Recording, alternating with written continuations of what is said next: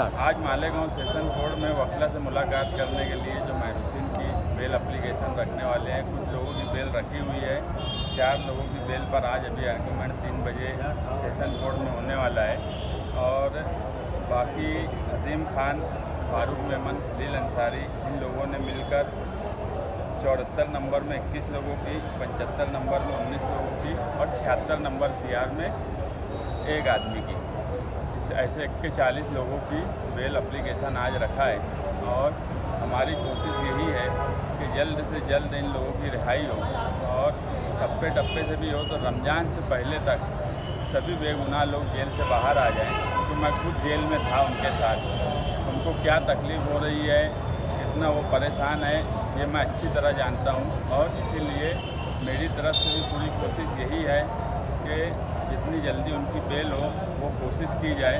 और मालेगांव शहर की आवाम से भी मैं यही गुजारिश करूँगा कि जिस तरह मेरे लिए इस शहर ने दुआ किया, इसी तरह जिन लोगों की बेल रखी गई है सभी लोगों के लिए दुआ कीजिए ताकि वो जल्द से जल्द रिहा हो सके और महरूसिन भी इत्मीनान रखें।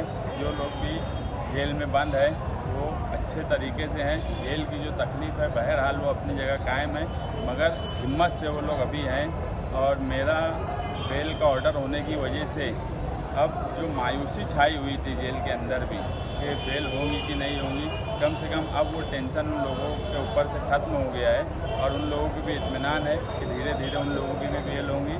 और हम पार्टी की तरफ से हमारे जो शान हिंद सदर हैं वो उन्होंने जो पूरी ताकत से कोशिश की और उसका नतीजा है कि अजीम खान ने जो बेल ली वो बिस्मिल्लाह हुई है।